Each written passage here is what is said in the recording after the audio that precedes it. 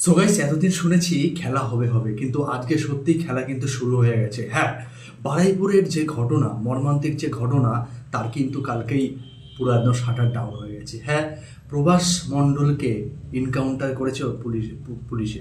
So guys, এই যে মরণটা, এটা কিন্তু আমাদের সবারই, ওয়েস্ট বেঙ্গলের সবার প্রতিটা মানুষের কাছে খুশির ব্যাপার। তবে একটাই আমার নিবেদন মাননীয় প্রধানমন্ত্রীর কাছে, পুরনো যেসব ফাইলগুলো আছে সেগুলো প্লিজ বের করো এবং তাদেরকেও এরকম শাস্তি দাও, যাতে ধর্ষণ কথাটা এতদিন যে মানুষের কাছে একটা ছোট্ট জিনিস হয়েছিল, সেই জিনিসটার নাম শুনলে সবার জন্য বুক কেঁপে ওঠে। কারণ এইসব মানুষ কখনোই বেঁচে থাকা উচিতই নয়। নৃশংসভাবে যে এই যে বারুইপুরের যে মেয়েটাকে মেরেছে, এদের মধ্যে না আছে কোনো মায়া। এরা অ্যাকচুয়ালি মানুষের মধ্যেই পড়ে না। জানোয়ারের সঙ্গে তুলনা করলেও জানোয়ারকেই অপমান করা হয়। তো এইসব মানুষের কোনো দিন বেঁচে থাকার অধিকার নেই, এদেরকে ডাইরেক্ট এইভাবেই মারা উচিত।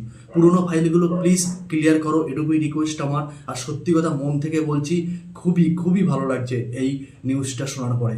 তো অবশ্যই আশা করেছি, আর সেই আশাই হচ্ছে। তো আশা আমরা যেন রাখতে পারি, সেইভাবেই আপনি কাজ করুন, এটুকুই রিকোয়েস্ট আপনার কাছে।